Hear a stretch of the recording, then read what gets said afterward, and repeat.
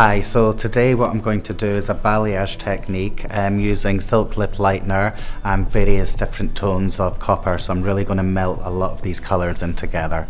So I can't wait to see the finished result.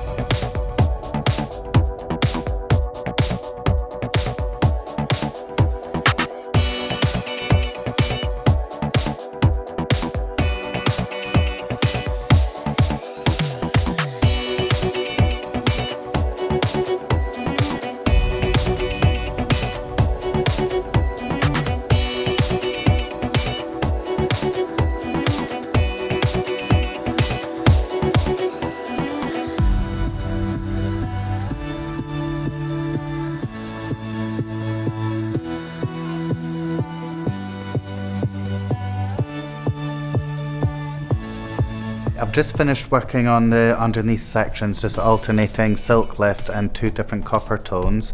But what we're going to do on this top section is really keep the root stretch a lot longer, just to really enhance what I've done underneath.